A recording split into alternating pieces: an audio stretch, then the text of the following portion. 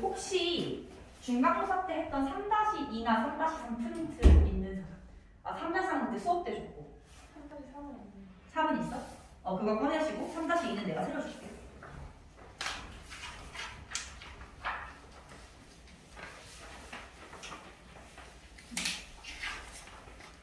이거 임시정보만 따로 떼우는 게 좀 이상할 것 같아서 그냥 통째로 프린트해갖고 너는 이거 두 번째 장만 보면 되거든. 임시정보. 근데 임시정보 수업 했었지. 내가 추석 때 영상으로 들으라고 했던 파트라서 되는 사람도 있고 안 되는 사람도 있겠어. 어쨌든 임시정보는 그냥 간단하게 봐도 될 것 같아. 임시정부는 3.1운동의 계기로 만들어졌다라는 거는 일단 기본적으로 좀 알고 있어야 되는 거고, 3.1운동을 계기로 어떤 독립운동가들이 연결할 수 있는 구심점이 필요했다. 이게 중요한 내용이고, 밑에 표를 보면 왼쪽은 3개의 줄로 나눠져 있잖아. 그치? 원래는 3개의 지역에서 각각 임시정부가 만들어졌다가 그걸 통합한 것이 우리가 아는 대한민국 임시정부인데, 그 통합 전의 모습이 되게 중요하고 걔를 좀 외워줘야 돼. 일단은 우리 중간고사 때 했던 내용 중에서 이런 걸 배운 적이 있지.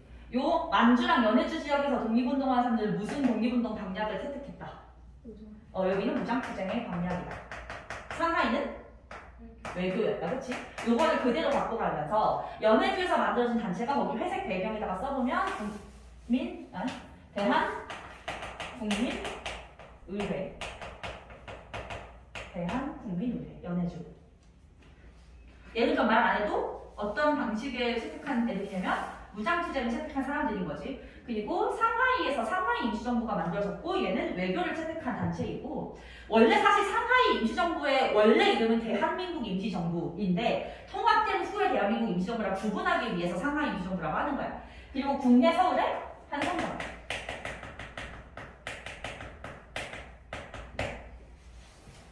한성정부.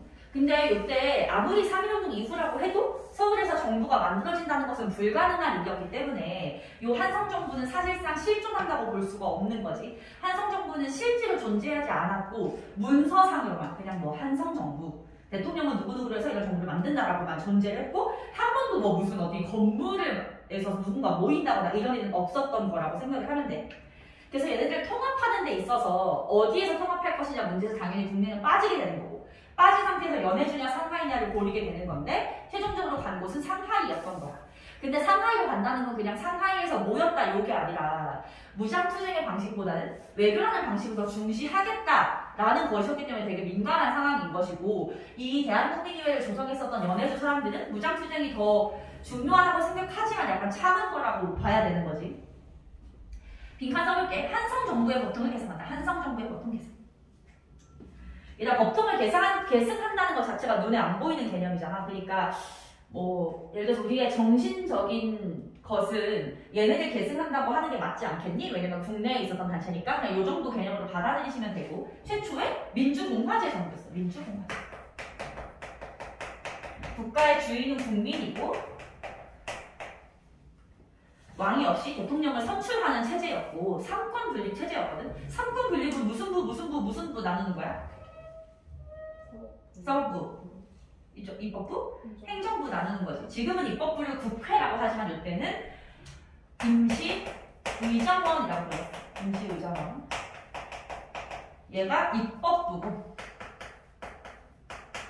앞에 임시자는 그냥 빼고 의정원이라고만 할 수도 있어. 그리고 행정부를 이때 당시에 국무원이라고 불렀어. 국무원, 얘가 행정부. 사법부는 지금하고 똑같이 법원. 근데 사실 대한민국 임시정부는 정부기는 하지만 사실상 독립운동 단체라고 봐야맞기 때문에 법원은 필요가 없었다고 보기도 하는 거지. 그래서 우리는 의정원과 국무원을 중심으로 외울 것이고, 임시 대통령은 이승만. 그리고 국무총리는 이동휘라는 사람이었어. 이동휘.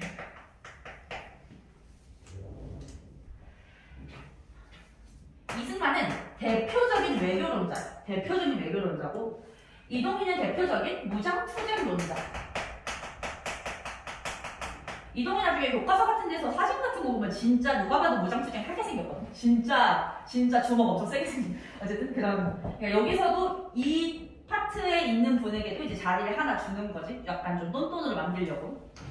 여기는 그냥 뭐 기본적인 내용이면서 시험에 나왔을 때 살짝 헷갈릴 수 있는 파트지. 왜냐면 이제 이런 거를 섞어버리면 얘가 행정부인데 입법부다 해버리면 좀 헷갈릴 수 있으니까 더 디테일하게 외워야 되고, 활동이 당연히 가장 중요한데, 활동 첫 번째 줄에 연통지랑 교통국이 나와 있어. 연통지랑 교통국이 하는 일을 옆에 칸을 보면 전 세계에 이제 흩어져 있는 독립운동가들로부터 독립운동 자금을 모금하고 그 사람들을 연결하는 어떤 연락망을 구축하는 일을 한단 말이야.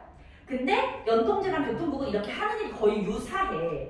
구분을 할 수가 없는데 시험에서는 구분을 하게 된단 말이야. 그래서 구분할 수 있는 것은 하는 일이 아니라 그냥 키워드로 구분을 할 건데, 연통제 같은 경우에는 행정조직이다라는 표현이 나와. 행정조직이다. 행정. 교통국은 임시정부의 통신기관이다. 통신이 키워드. 이걸로 구분해야지 하는 일 가지고 구분하려고 하면 구분이 안 돼. 작은 모금은 독립공채 발행. 애국공채도 있는데 둘 중에 뭐가 나오든 간에 뭐 비슷한 맥락으로 받아들이면 되고, 돈을 빌리는 거지. 돈이 없으니까 부자들한테 돈을 빌리는데 큰 돈을 빌릴 때는 언제나 약간 그런 게 필요하잖아. 보증을 설 수 있도록. 근데 이때 보증은 뭘로 섰냐면 독립을 담보로 해서 대출을 하는 거지. 독립. 그래서 나중에 나라가 독립하면 반드시 갚겠다라고 약속해서 빌린 거고, 그 증서가 바로 독립공채, 애국공채. 외교활동 볼게요. 외교활동. 외교를 하겠다고 상하이에 간 거니까 당연히 외교활동이 가장 중요하겠죠. 파리 강화회의에 지난번에 누구 파견됐었어? 김규식 그대로 쓰시고. 김규식은 전권 대사로 임명을 해서 파리 강화회의에 독립청원서를 제출하는데, 그러니까 이제 원래 김규식을 파견한 단체는 다른 단체였는데, 김규식이 가는 동안에 임시정부가 만들어지면서 임시정부의 공식 외교관으로 임명한다, 이렇게 된 상황인 거지 그냥. 그리고 워싱턴에, 미국의 수도인 워싱턴에 빈칸 구미 위원부를 설치했어. 구미 위원부. 구미 위원부 할 때 구는 구라파라고 해서 그때 당시에 유럽을 한자로 부르던 명칭이고, 미는 미국이겠지. 그래서 유럽과 미국, 서구 국가들을 대상으로 하는 외교부인 것이고, 워싱턴에 설치되어 있었고, 그때 당시 이승만이 그 워싱턴에 살면서 그걸 관할을 하고 있었다. 그리고 무장활동을 보면 아무리 상하이에 갔어도 무장을 아예 무시할 수는 없으니까 무장활동도 조금은 전개를 하는데, 빈칸에 쓸 것은 군무부야. 군무부. 뭐 군사 업무 이런 걸 줄인 거지. 그래서 지금의 국방부라고 생각을 하면 되고, 근데 상하이에 있으면서 뭔가 새롭게 군대를 만드는 것은 힘드니까 어떻게 했냐면, 이미 만주에 만들어져 있는 서로 군정서나 북로 군정서 같은 군대가 있는데 걔네를 임시정부가 관리하는 체제로 이제 안에 넣어준 개념이라고 생각하면 돼. 새로 만든 게 아니라 원래 있는 애들을 임시정부 군무부 산하로 개편을 했다. 문화활동에 보면 독립신문, 빈칸에 독립신문. 이 임시정부의 활동이라든가 독립운동이 어떻게 전개되는지를 알리기 위한 신문이었고, 두 번째 빈칸은 한일, 관계, 사료지. 한일, 관계, 사료지. 이름만 봐도 느낌이 오겠지만 약간 역사서 같은 거라고 생각하면 되고, 일본이 우리나라를 어떻게 고통스럽게 괴롭혔는지를 역사서로 써서 이제 국제연맹 같은 데다가 제출을 하려고 했던 내용이라고 보면 돼. 근데 아까 말했듯이 그 외교활동을 하러 상하이에 간 거였잖아. 근데 외교활동은 얘가 기본적으로 성공을 할 수가 없어. 왜냐면 이거 외교를 한다라고 하면 우리의 이런 억울함을 호소하고 싶은 나라는 미국이나 영국 같은 강대국일 텐데, 걔네는 전 세계에서 식민지가 제일 많거든. 근데 걔네가 식민지배를 받는 나라를 도와주면 걔네 식민지도 다 독립하려고 할 거 아니야. 그러니까 애초에 걔네는 도와줄 리가 없는데, 그걸 뭐 못 읽었을 수도 있고 아니면 그래도 뭔가 희망을 걸었을 수도 있겠지. 외교활동에 성과가 없었어. 외교활동에 성과가 없었고, 일제 탄압이 심해서 거기 일제 탄압 위에 뭐 여백이나 이런 데 써보면 연통지랑 교통국이 일찍부터 발각돼. 연통지랑 교통국이 발각돼. 이렇게 가다가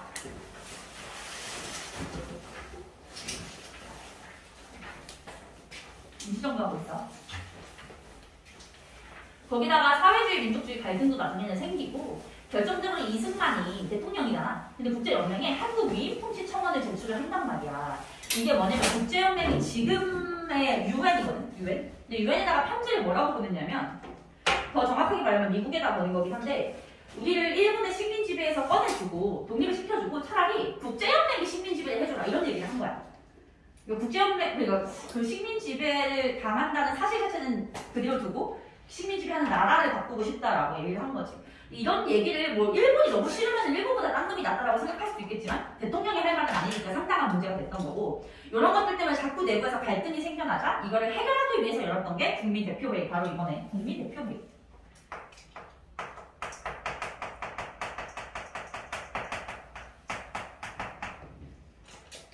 하나 맨 밑에서 두 번째 줄 하고 있어. 국민대표회의를 열었는데 요 내부에서 창조파랑 개조파로 나뉘어서 독립운동가들이 싸우게 되거든. 창조파는 말 그대로 새로운 걸 창조하자라는 쪽이야. 이미 임시정부는 뭔가 상당히 지금 문제가 많으니까 얘를 없애고 다 새로운 걸 만들자라는 쪽이었고 창조파의 대표적인 인물은 신채호였어.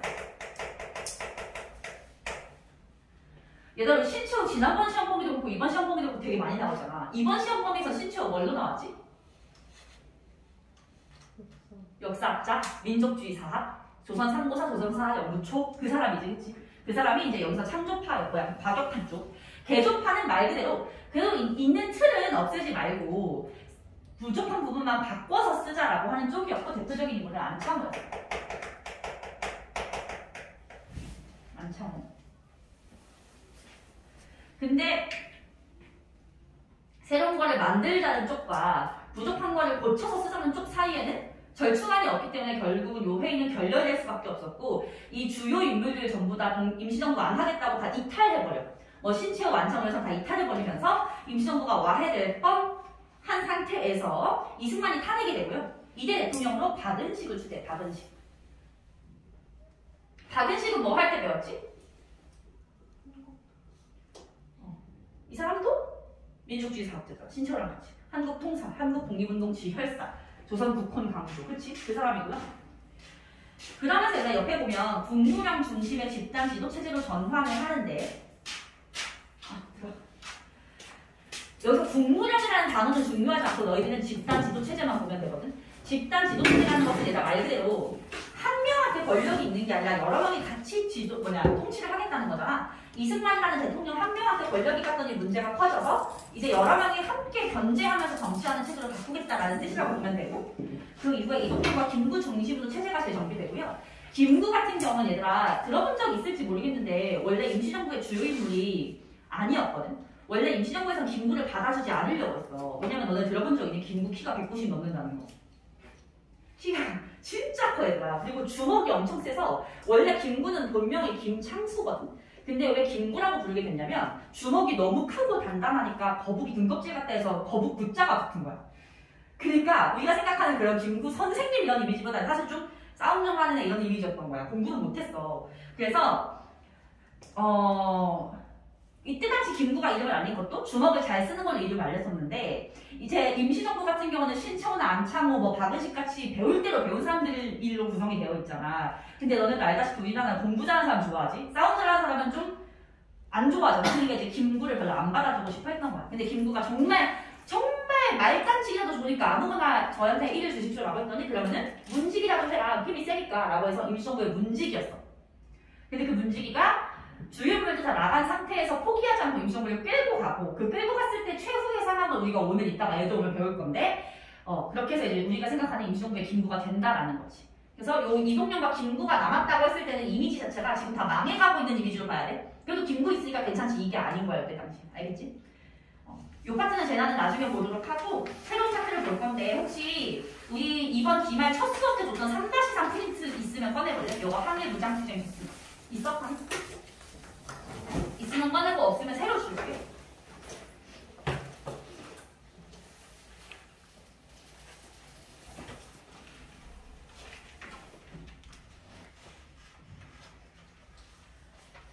고3이 수능이 코앞이잖아 얘가. 진짜 코앞이잖아. 근데 아까 우리 학원에 어떤 애가 지나가서 그 애가 지금은 나 말고 원장님 과목을 들어서 원장님 수업을 듣는데 나랑 1학년 때 한국사를 같이 했던 애였어. 근데 걔의 절친이 있거든. 그 절친이 이제 걔도 우리 학원 다녔었는데 걔가 나랑 1년 내내 중강기말 중국기말 다 같이 하면서 항상 한국사를 1등급을 받았었는데 공부를 너무 잘해. 영일권인데 공부를 너무 잘하는데 뭐 수학 천재는 무슨 뭐 수학으로 되게 유명하대 목평에서. 그래 뭐 수학을 잘하는구나 이랬는데 문득 갑자기 아까 그 남자를 보니까 걔가 궁금해진 거야. 그 공부 잘하는 애 지금도 잘하나 싶어가지고. 그래서 야 걔는 지금도 공부 잘하나 이렇게 물어봤더니 서울대 의대 썼어요? 이러는 거야.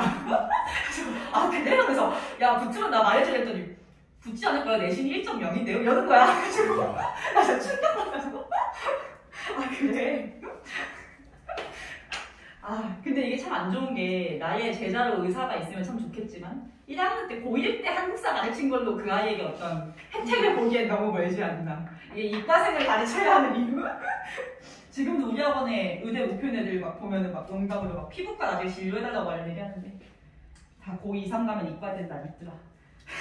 자, 한일 무작위에 다 듣고 있나요? 응? 없어? 오케이. 그럼 한일은 새로 줄게. 지금 얘들아 우리가 시간을 약간 시간 순으로 배우지 못하고 있지만 사정상 학교 시험범위가 다른 학교다가 다르다 보니까 아까 했던 임시정부가 처음인 거고 너네들 이번 시험범위에서 임시정부가 3년도 이후에 20년대에 활동을 하게 되고 요 3-3 프린트는 그때 말했듯이 정부가 다 20년대 독립운동인데 20년대 독립운동은 그때 말했던 것처럼 문화통치 시기였기 때문에 상당히 다양한 방식으로 나타날 수가 있었고 그 중에서 너네가 실력양성운동하고 학생운동하고 민족일당을 이렇게 세 개를 배운 거야. 그 중에서 건너뛴 게 무장투쟁이라서 무장투쟁을 지금 배울 건데 20년대 무장투쟁이고요. 이따가 다른 학교 애들도 몇 명 와서 수업을 들을 건데 걔네들 보면은 마지막 시험범위 3단원 시험범위인 30년대 무장투쟁을 배울 거거든. 그래서 오늘은 약간 무장투쟁을 전체적으로 배운다는 이미지를 가져가면 좋을 것 같아. 너네 지난번 시험범위에서 되게 많은 걸 외웠었는데 그 중에 하나가 뭐였냐면 뭐 서간도에는 무슨 군대가 있고 북간도에는 무슨 군대가 있고 배웠었잖아. 그 군대들은 10년대 동안 만들어져서 뭘 하고 있었냐면 뭔가 되게 결정적인 때가 오기를 기다리고 있었어. 근데 이 사람들이 볼 때 결정적인 때가 3.1운동 직후였어. 3.1운동이 비폭력으로 해서 어쨌든 성공을 못했으니까 이제 우리가 좀 무장투쟁을 할 때다라고 생각을 한 거지. 그러면서 이제 무장투쟁을 진행하는 게 거기 보면 20년부터인 거야. 연도를 외울 필요는 없지만 여기는 어쨌든 뭐 그런 느낌을 가져가면 될 것 같아. 딱 20년대 진입하자마자라는 거. 일단 여기 한일 무장투쟁이라고 적힌 큰 제목 옆에다가는 순서라고 써놓으시고요. 무조건 순서 문제가 시험에 나와. 연표도 나오는데 연표도 사실상 연도 외우는 것보다 순서 문제이기 때문에 순서를 보는 게 가장 중요해. 거기를 보면 일단 맨 첫 번째 봉오동 전투가 나와 있지. 봉오동 전투 빈칸부터 채워볼게. 홍범도 장군의 대한 독립군이 싸웠어. 대한 독립군.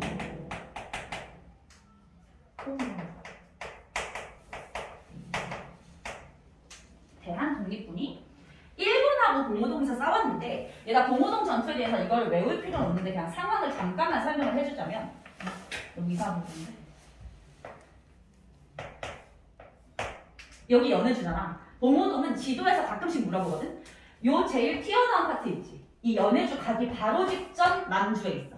알겠지? 여기가 봉오동인데 얘들아 이 봉오동에서 활동하던 대한독립군이라는 군대는 어떤 활동을 했냐면 요 두만강을 건너서 요 지역에 있는 일본 뭐 관서나 이런 데를 공격하는 일들을 계속 했던 거야. 근데 여기를 치고 도망가버리면 일본은 두만강을 건너올 수가 없지. 왜냐면 만주는 누구 땅이니까? 중국 땅이잖아, 중국 땅. 그러니까 일본이 건너오지 못하는 걸 이용해서 계속 치고 빠지고 하면서 전쟁을 했던 건데 일본이 너무 약이 올라서 한 번은 중국이랑 싸움이랄 각오를 하고 군대를 보낸 거야, 봉오동에. 근데 진 거야. 그게 봉오동 전투야. 알겠지? 그럼 일본 입장에서 생각하면 되게 약올릴 거 아니야. 자기네가 중국이랑 싸울 각오를 하고 군대를 보내는데 졌으니까. 그래서 아예 대규모로 군대를 보내야겠다고 생각을 하거든. 대규모로 군대를 보내기 위해서 사건을 하나 조작하는데 그 조작한 사건이 거기 청산연수 배경에 있는 훈춘 사건이야. 훈춘 사건.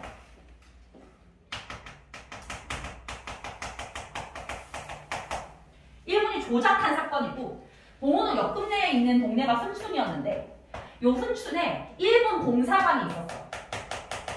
일본 공사관이 있어서 어떻게 하냐면 중국의 도적대들을 돈을 주고 매수해서 너네가 훈춘에 있는 우리 일본 공사관을 좀 공격해라 이렇게 한 거야. 그래서 얘네가 공격을 하고 막 불을 태우고 했겠지? 그랬을 때 일본이 중국 정부한테 너네 도적대 때문에 우리가 피해를 입었으니까 우리 공사관을 지킬 수 있게 군대를 보내겠다 라고 한 거야. 그렇게 해서 이때 훈춘 사건을 계기로 대규모 군대를 보내서 자기네 공사관을 지킨 게 아니라 봉오동의 대한독립군을 공격한 거지.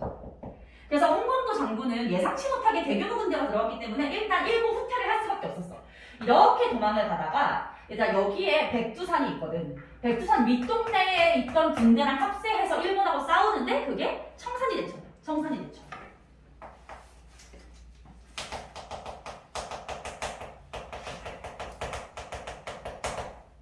청산리 대첩은 거기 나와 있는 김좌진 장군의 북로 군정서가 싸웠고, 북로 군정서. 중요한 것은 이 홍범도에 대한 독립군도 같이 싸웠다는 거 반드시 기억해야 돼. 일본은 또 열받죠. 자기네가 훈춘사건을 조작해서 피해를 입어가면서까지 군대를 보냈는데 또 졌으니까. 그래서 어떤 생각을 하게 되냐면 그냥 간도 지역 한국인들 싹 다 죽여버리면 그중에 독립군들도 몇 명 죽겠지 이 생각을 하게 된 거야. 그래서 간도 지역의 한국인들을 무차별 학살을 하게 되고 그 사건이 바로 간도 참변이야. 무차별로 학살을 했어. 그냥 묻지도 따지지도 않고 애고 어린이고 구분 없이 다 죽였어.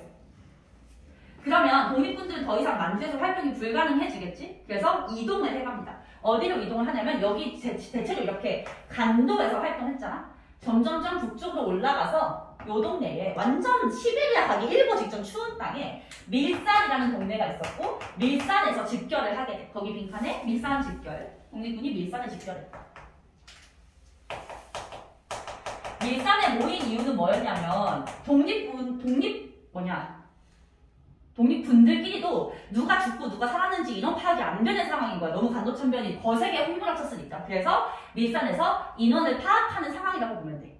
그래서 인원을 파악해서 남은 사람들끼리 또 군대를 조성을 하는데 인원이 적으니까 이때는 군대를 여러 개로 만들 수가 없어서 하나로 만드는 거야. 이때 만들었던 군대가 대한 독립군단이고 서일이라는 사람이 총재였어. 서일을 총재로. 뭐 홍범도, 김좌진 이런 분들 전부 다 밀산에서 모였는데 이제 그분들 말고 서일이 총재였다고 생각을 하면 돼. 그러고서 이 사람들이 야 우리 이제 간도에서 활동 못하는데 어떻게 하지? 라고 고민을 하다가 야 러시아로 가면 러시아 도움을 받을 수 있지 않을까? 왜냐면 여기 시베리아 가기 일보 직전이니까 러시아로 이동을 해가거든. 그때 러시아로 갔던 그 러시아의 도시가 자유시라는 도시여서 자유시 참변이라는 이름이 붙게 됐는데 이름에서 볼 수 있듯이 여기서도 뭔가 일을 겪은 거지. 자유시로 갔을 때 이제 러시아 군대랑 우리 독립군이 같이 합세해서 이동을 하기로 했는데 러시아 군인이 얘기하는 거야. 너네가 그렇게 총을 들고 있으면 역으로 자기네를 공격할까봐 자기네가 무서우니까 총을 버리고서 같이 가자는 거야. 근데 총을 버리고 같이 가면 혹시 러시아군이 뭔 일 저질렀을 때 대응이 안 되니까 우리는 거절을 했지. 그랬더니 이제 러시아 군인들이 너네 뭔 꽁꽁이가 있지 이러면서 우리 독립군들을 죽여버렸던 사건이 자유시 참변이야. 얘는 디테일한 내용보다도 어쨌든 간에 러시아에 가서 이런 일을 겪었다는 사실만 딱 알면 돼. 그러면 러시아로 가는 게 답이라고 생각했는데 거기 가서도 답이 없었던 거잖아. 다시 만주로 돌아올 수밖에 없었어. 만주로 다시 돌아와서 재정비를 하게 되는데 그 만주로 돌아와서 했던 재정비를 우리는 삼부 성립이라고 해요. 삼부 성립. 삼부의 이름은 참정신 이렇게 외우시고요. 참정신, 참의부, 정의부, 신민부. 참의부, 정의부, 신민부 3부를 만들었어. 그래서 이렇게 재정비를 해가지고 다시 활동을 시작하는데 여기서 이 3부는 옆에 빈칸을 보면 얘들아 군정 조직이면서 자치 조직이라고 나와있지. 자치 조직은 민정이라고도 한번 써보래. 이 표현이 더 많이 쓰이는 것 같아. 민정. 군정이면서 민정. 우리 이미 사사시를 배웠잖아. 미군정 할 때 그 군정이지. 군사 정부면서 민간 정부이기도 해서 일반적인 정부의 역할도 해요. 뭐 세금도 걷고 행정적인 문제도 처리해주고. 근데 군사로서의 업무도 계속해서 해나간다는 거지. 얘네들 조금 이따 합류할 거예요. 또 다른 아이가 와서. 잠깐만 앉아있다가 들어가. 내가 들어가면 들어가.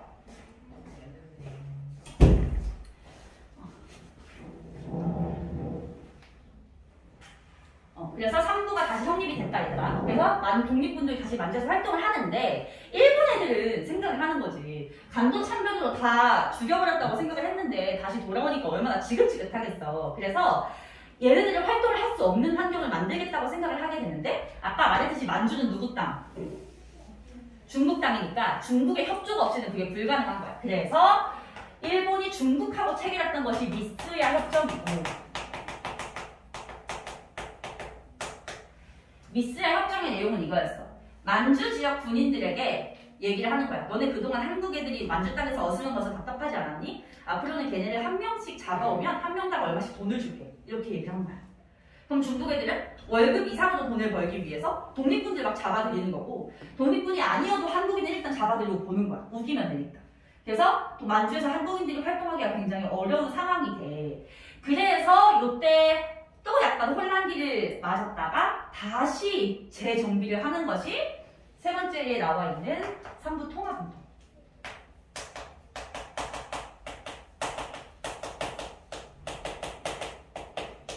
삼부 통합운동이고 요 참정신 3부를 두 개로 통합을 해서 뭔가 재정비를 하는 상황이라고 생각하면 되는데 세 개를 하나로 통합하면 좋았겠지만 만주 땅이 크다 보니까 두 개로 통합이 되거든. 빈칸 채워보면 북만주의 혁신인회, 남만주의 국민군 로 통합이 된다. 오케이? 근데 여기는 사실 개별적인 내용들은 생각보다 어려운 건 없고 군대 이름 외우는 거랑 순서 체크하는 것만 유의를 하면 돼. 두 번째 의열당 볼게요. 의열당까지 보고서 다른 애들과 합류해서 수업을 할 건데 일단 의열당 같은 경우에는 무장투쟁이라는 파트 안에 들어가 있지만 약간 구분을 해놨잖아. 그치? 무장투쟁이라는 것은 기본적으로 다대다로 전쟁을 하는 거지. 근데 의열당이 했던 의거 활동은 다대다가 아니라 개별투쟁이야. 한 명에서 한 뭐 소수 몇 명 정도가. 너네가 중간고사 때 배웠던 뭐 나철 오기후의 자신회 아니면 이토 히로부미를 죽였던 안중근 같이 어떤 일본의 주요 인물을 암살하거나 주요 기관을 폭파시키는 방식으로 독립운동을 하려고 했던 단체인 거야. 이번에 단체를 조직을 했어. 의열당 만든 사람 이름 김원봉이고요. 김원봉. 김원봉은 이따가 또 중요하게 나올 거라서 이름을 잘 봐주시고요. 만주에서 조직을 했고 활동을 보시면 대체로 대부분 학교에서 누가 어디에 폭탄 던졌는지는 안 외워도 되게끔 시험에 내긴 하거든. 그래서 일단 읽어만 봐. 박재혁이 부산경찰서, 김익상 조선총독부, 김상옥 종로경찰서, 김지석 도쿄공성, 나석주는 동양척식주식회사. 혹시 학교 선생님이 외우라고 하면 나중에 외우면 되고 일단 지금은 이 사람들 이름을 봤을 때 의연다는 것만 알면 돼. 김익상, 김상옥 이렇게 나왔을 때. 중요한 건 활동 지침이고요. 활동 지침에 별표합니다. 별표.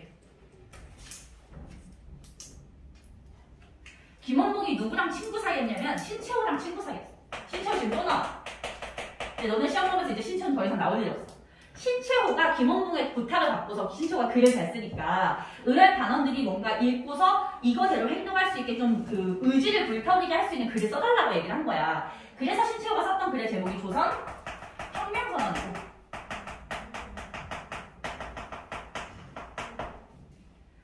조선 혁명선언의 내용은 옆에 한 줄 요약을 해보면 민중에 의한 직접 폭력 만이 독립으로 갈 수 있는 길이다 라고 얘기를 했어. 민중에 의한 직접 폭력. 민중에 의한다는 말이 무슨 뜻이냐. 소수의 엘리트, 소수의 지도자가 나서서는 독립을 못한다. 온 민중이 나서야 된다. 그리고 3.1운동 비폭력했다가 실패했잖아. 이 신채호는 비폭력에 대해서 부정적으로 봤어. 무조건 폭력을 써야 된다. 걔네도 폭력 쓰니까 언제 쓰자 라고 얘기를 했던 거야. 알겠지? 근데 얘들아 생각해봐. 김익상이 여기 보면 조선 총독부 건물에 폭탄을 던졌잖아. 그러면은 일본에서 아이고 조선이 이렇게 무서운 줄 몰랐네요 이러면서 독립을 드리겠습니다 막 이럴까? 전혀 그러지 않지. 그러기는커녕 조선인들 불러다가 조선 총독부 건물 다시 세우면 걔네는 그만이야. 김원봉이 생각할 때 이런 것들이 일본에 굉장히 큰 타격을 줄 수 있다고 생각했는데 사실상 독립으로 가는 되게 중요한 함정은 알리지 못한단 말이야. 근데 이 사람들 얘들아 진짜 유명한 사람들이거든. 엄청 총 잘 쏘고 진짜 조선 최고의 총장들이었는데 이렇게 폭탄 한 번 던지고 잡히면 그냥 죽고 그렇게 뭔가 일회성으로 이 사람들의 그런 능력을 쓰게 됐던 거잖아. 그러니까 김원봉이 생각할 때 이게 좀 방식이 잘못됐다고 생각을 하게 되고 어떤 생각을 하게 되냐면 이 사람들을 갖다가 군인으로 키워보자라는 생각을 하게 되는 거야. 잠깐만 기다려봐 지금. 군인으로 키우게 되면서 변화를 보시면 20년대 후반 이후 빈칸 채워볼게. 황푸군관학교 딱 봐도 중국인 같지? 잠깐 기다려. 중국의 황푸군관학교에 입학을 해서 거기서 이제 군사 훈련을 받고 자기가 직접 김원봉이 군사 학교를 세워. 그 학교 이름을 조선 혁명광부학교 이제 세워서 군인들을 양성을 하게 되고요. 요렇게 해서 김원봉이 만든 군대를 너네가 조금 이따가 보게 될 거야. 알겠지? 그래서 이따가 배운 내용에 다 연결성이 있다라고 생각하시면 되고 앞부분은 끝입니다. 끝이야. 그래서 우리 여기 실력 양성부터 해가지고 3-4까지 받고 이제 3-6을 볼 건데 문제는 쟤네가 전부 다 3-5를 안 했거든. 그 3-5 앞에 조금만 빠르게 할게. 너네 그냥 복습 겸 해서 들으면 돼. 알겠지?